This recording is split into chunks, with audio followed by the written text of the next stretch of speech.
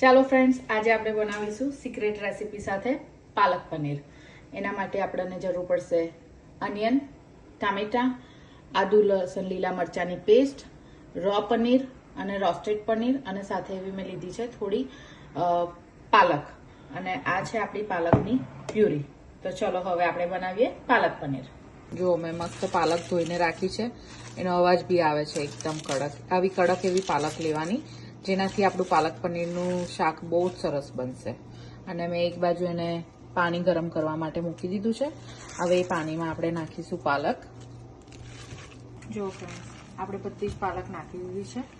પાલકને આપણે છે ને ખાલી 2 મિનિટ જ બોઇલ કરવાની છે, બહુ વધારે બોઇલ નથી કરવાની. વધારે બોઇલ કરીશું તો એ કાળી પડી જશે. આપણે પાલકને ગ્રીન જ રાખવાની છે, એટલે આપણે એને બસ 2 મિનિટ જ બોઇલ કરીશું. ફ્રેન્ડ્સ જુઓ, 2 મિનિટ થઈ ગઈ છે, આપણી પાલક બોઇલ થઈને તૈયાર થઈ ગઈ છે. હવે આપણે એને ઠંડા બરફવાળા પાણીમાં નાખી દઈશું. અને મેં બાફતી વખતે મીઠું નથી નાખ્યું. તમારે નાખવું હોય તો તમે નાખી શકો છો, બાકી સ્કીપ પણ કરી શકો છો. ફ્રેન્ડ્સ જુઓ, પાલકને આપણે ઠંડા પાણીમાં લઈ લીધી છે, અને એમાં સાથે સાથે થોડી એવી આઈસ ક્યુબ બી નાખી દીધી છે, બરફના ટુકડા, જેનાથી પાલક કાળી નહીં પડે. ફ્રેન્ડ્સ જુઓ, આપણી પાલક ઠંડી થઈ ગઈ છે. આપણે એને જારમાં ભરી લીધી છે. હવે આપણે એની પ્યુરી બનાવી લઈશું. મેં એમાં પીસતી વખતે બિલકુલ બી પાણી નથી એડ કર્યું, પણ પીસ્યા પછી આપણે જોઈ લેવાનું, જો લાગે તો થોડું એવું પાણી એડ કરીશું.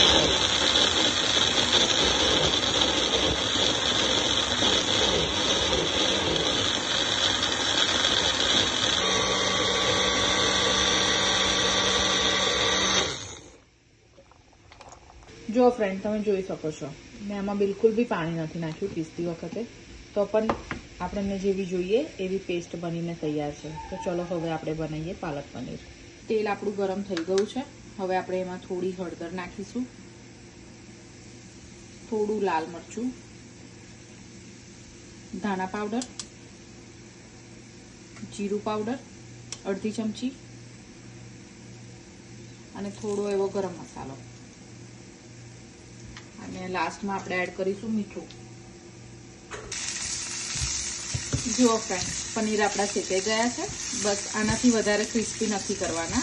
આ એકદમ સોફ્ટ ક્રિસ્પી થયા છે, કે જેનાથી આપણને એનું ક્રંચ બી લાગે અને સોફ્ટ બી લાગે.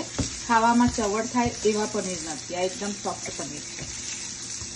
હવે આપણે બનાવીશું પાલકની ગ્રેવી. તો એના માટે મેં પહેલેથી જ તેલ ગરમ થવા માટે મૂકી દીધું છે. એમાં નાખીશું થોડું એવું જીરું,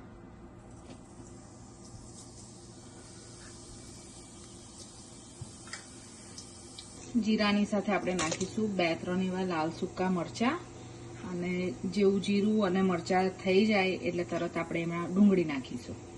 મરચા અને જીરું થઈ ગયું છે, તો હવે આપણે એમાં ડુંગળી એડ કરીશું.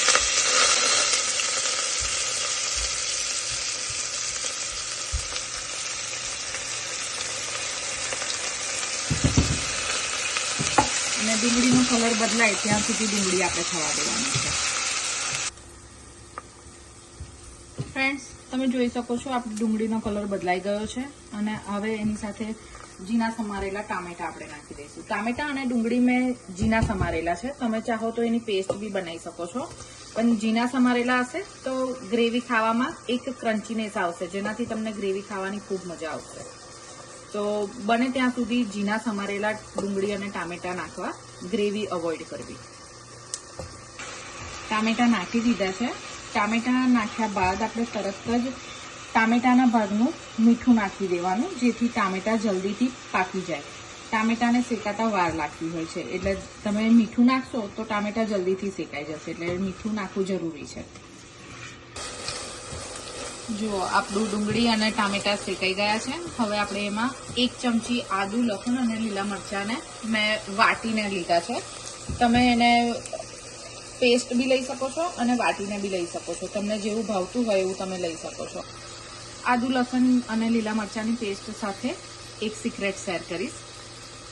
કાચી પાલક નાખી દેવાની છે, બટ એકદમ ઝીણી સમારેલી હોવી જોઈએ. એવું નહીં કે પછી જ્યારે તમે ખાઓ ત્યારે એને મોઢામાં તમને ફીલ થાય. એકદમ ઝીણી સમારેલી કાચી પાલક નાખી દેવાની છે. અને લસણ ડુંગળી તમે ના ખાતા હોય તો તમે એને સ્કીપ કરી શકો છો. ખાલી ટામેટા અને આદુ લીલા મરચાં સાથે બી તમે પાલક પનીર બનાવી શકો છો. હવે ડુંગળી, ટામેટા, આદુ, લસણ, લીલા મરચાંની પેસ્ટ, કાચી પાલક બધું શેકાઈને તૈયાર છે. અને ફ્રેન્ડ્સ, પનીર હોય અને કસૂરી મેથી ના હોય એવું તો બને જ નહીં. તો હવે આપણે એડ કરીશું કસૂરી મેથી, લાલ મરચું, હળદર,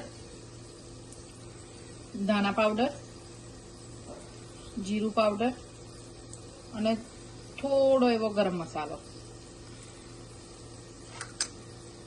સાથે આપણે થોડું સ્વાદ પ્રમાણે મીઠું નાખી દઈશું. યાદ રહે કે આપણે ટામેટા જ્યારે નાખ્યા હતા ત્યારે પણ થોડું મીઠું નાખ્યું હતું, તો ટેસ્ટ કરીને મીઠું નાખવું. તેલ છૂટું પડવા માંડ્યું છે, એનો મતલબ કે આપણા મસાલા સારી રીતે શેકાઈ ગયા છે. હવે આ ટાઈમમાં આપણે નાખીશું ક્રીમ.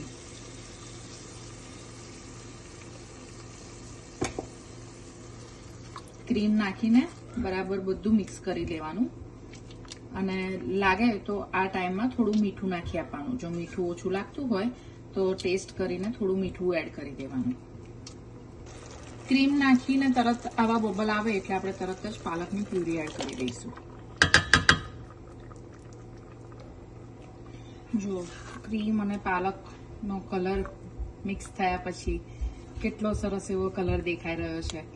હવે આ પ્યુરીને આપણે થોડી વાર ઉકળવા દઈશું અને પછી એમાં નાખીશું પનીર.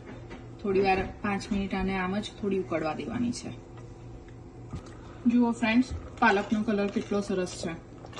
અને આમાં બીજું એક સિક્રેટ આપણે એડ કરીશું. આપણને રેસ્ટોરન્ટ સ્ટાઇલ બનાવવું હોય તો થોડું એવું જાયફળ છીનીને નાખી દેવાનું.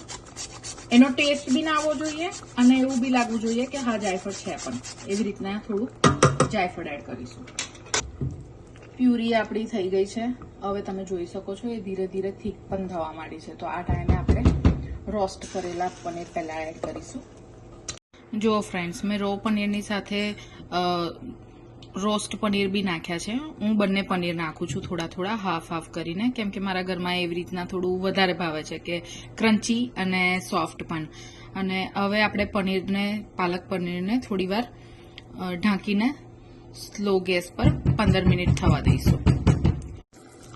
ફ્રેન્ડ્સ, આપણું પાલક પનીર તૈયાર છે રેસ્ટોરન્ટ સ્ટાઇલ. હવે આપણે એને એક બાઉલમાં સર્વ કરીને હું તમને બતાવું કે કેવું બન્યું છે. તમે આ પાલક પનીર રાઈસ સાથે, રોટલી સાથે કે નાન સાથે બી ખાઈ શકો છો.